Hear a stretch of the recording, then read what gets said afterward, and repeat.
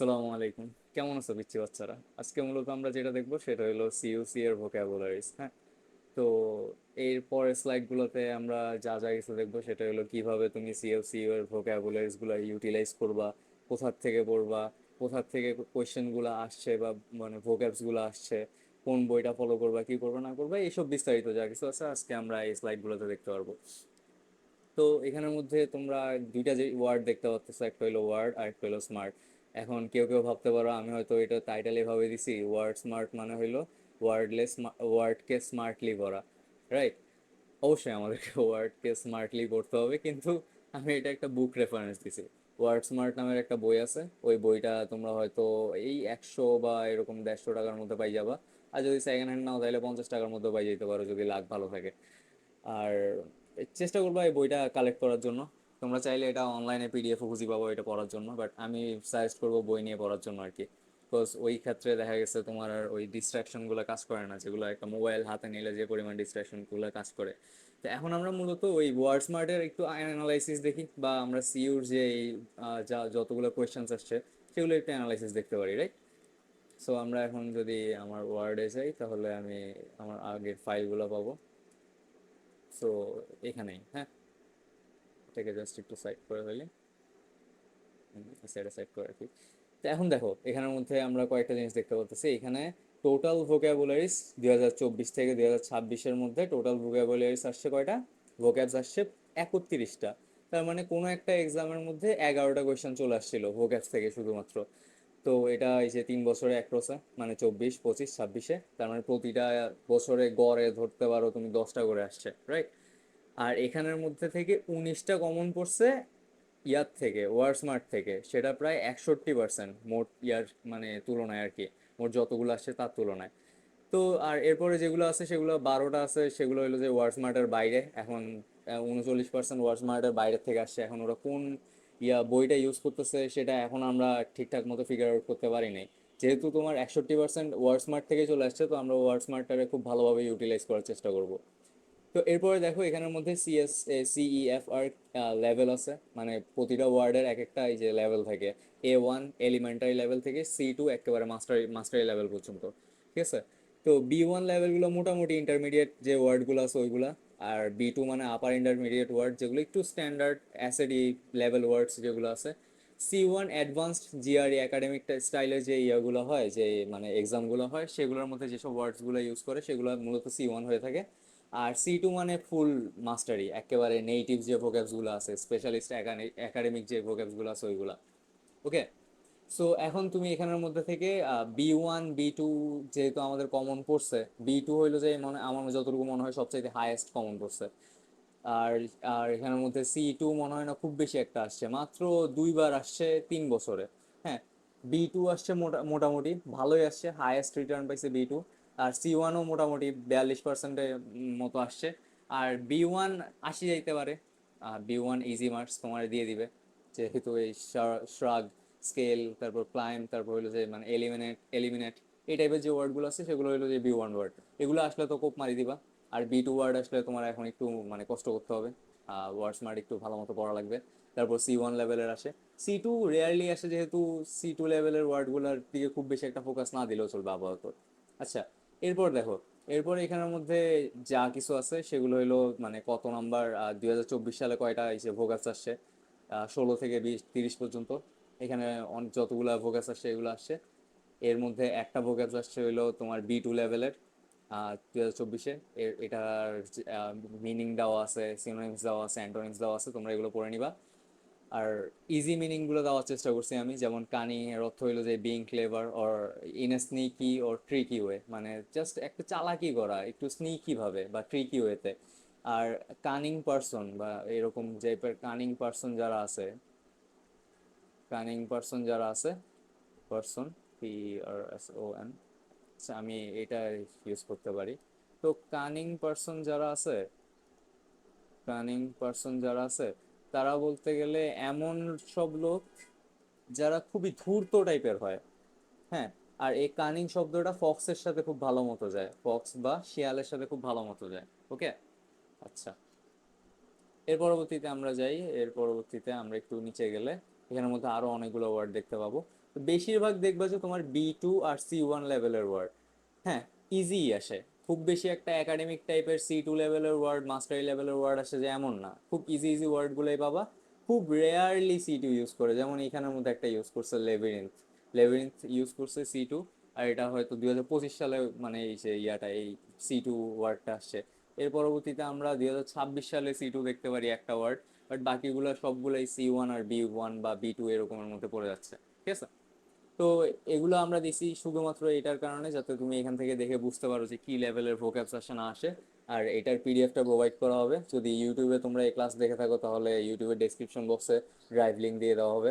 আর যদি তোমরা ফেসবুকে থাকো তাহলে কমেন্টে দিয়ে দেওয়া হবে। আর যদি মানে ফেসবুকেও না থাকো, ইয়াতেও না থাকো, যদি চাও কোনোভাবে এই ভিডিওটা দেখে থাকো, তো আমাদের হোয়াটসঅ্যাপ নাম্বারটা আমি লাস্টে দিয়ে দিব, তো ওইখানে নক করলে আমরা সুন্দর মতো তোমাকে এই অ্যানালাইসিস এটা পিডিএফটা তোমাকে প্রোভাইড করে দিব। আচ্ছা, এর পরবর্তীতে আমরা আমাদের স্লাইডে চলে যাই। তো এই যে ওয়ার্ড যা কিছু দেখছি, এই ওয়ার্ডগুলো শেখার তিনটা ওয়ে আছে। একটা হলো ফ্ল্যাশ কার্ড ইউজ করা, একটা হলো সেন্টেন্স মেকিং, আর একটা হলো নিমোনিক্স। তো ফ্ল্যাশ কার্ড কি? ফ্ল্যাশ কার্ড মূলত এই যে ছোট ছোট টাইপের যে কাগজের টুকরা যেগুলো দেখতেছো, এগুলো এক একটা ফ্ল্যাশ কার্ড।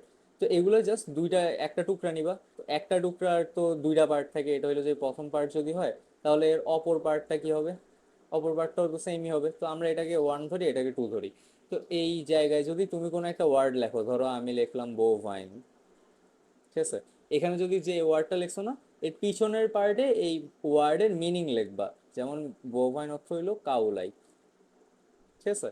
তো এরকম করে একটা পেজ পাইতেছো তুমি, জাস্ট একটা পেজ পাবা, এটা জাস্ট একই পেজের এপিট ওপিট, ঠিক আছে?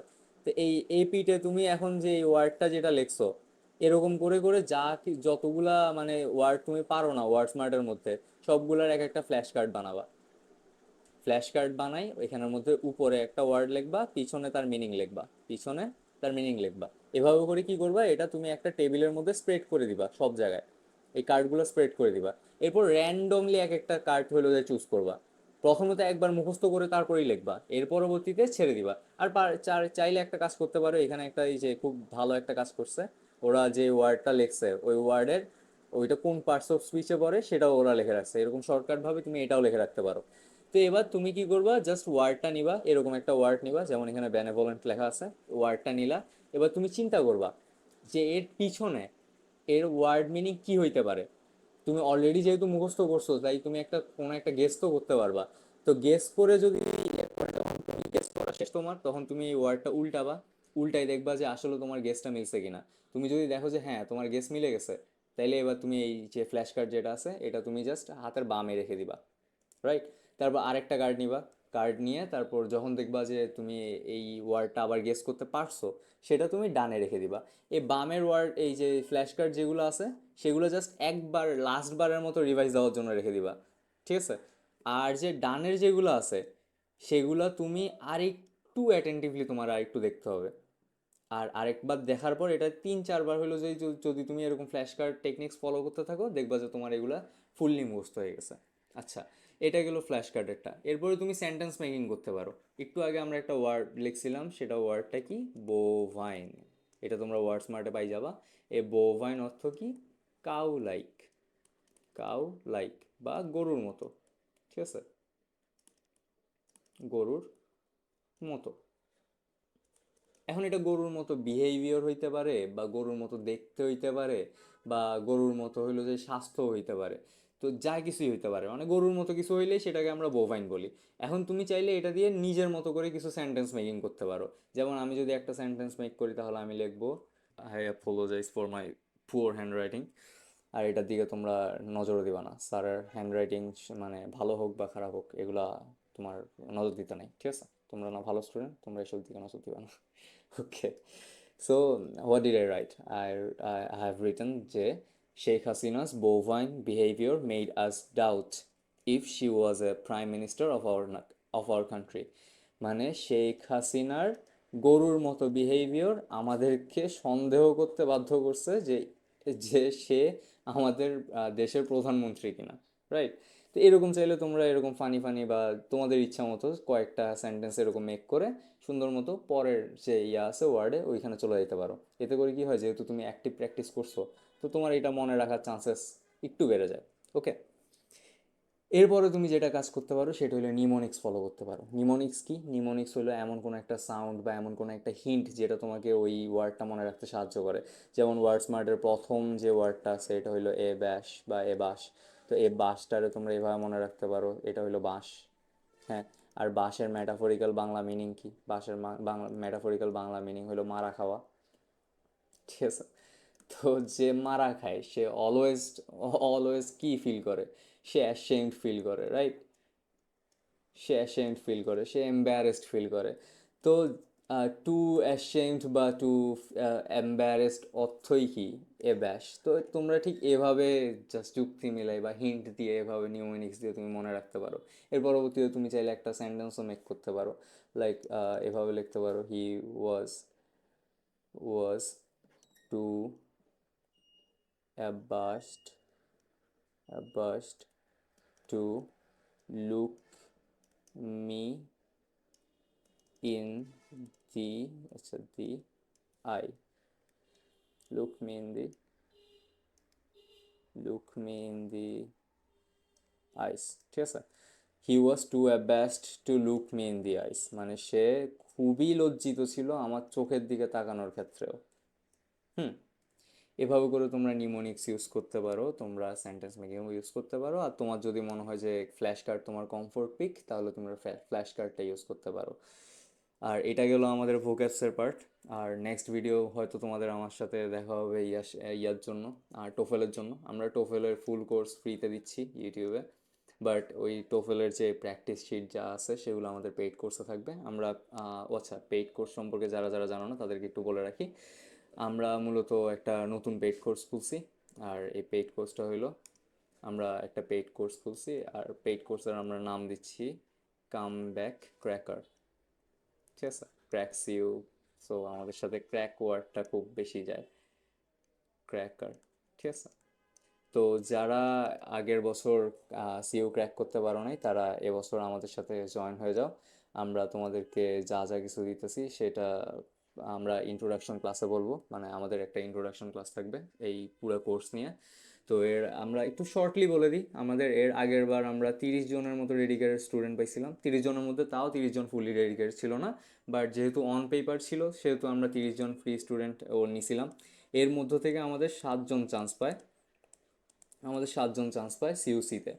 তো এটা প্রায় বলতে গেলে 23% সাকসেস রেট, তা আমাদের এক্সপেরিমেন্টাল ব্যাচের জন্য। তারা এরকম স্লাইডসও পায় নাই, তারা ঠিকঠাক মতো কোয়ালিটি ক্লাসও পায় নাই, তারা শুধুমাত্র মক টেস্ট দিছিল। সো তোমরা বুঝতেই পারতেছো আমরা মক টেস্টের কোয়ালিটি কীভাবে মেনটেন করছিলাম। তো এই বছর কোর্স লঞ্চ করার একটাই কারণ, if you are good at something never sell it for free. তো আমরা তোমাদেরকে বেস্টটাই দেওয়ার চেষ্টা করব। আর আমাদেরও অবশ্য নিজেদের দিকটা দেখতে হবে। আর তোমাদের সাথে আমাদের টোফেলের ক্লাসে দেখা হবে ইনশাল্লাহ। আল্লাহ হাফেজ। আসসালামু আলাইকুম।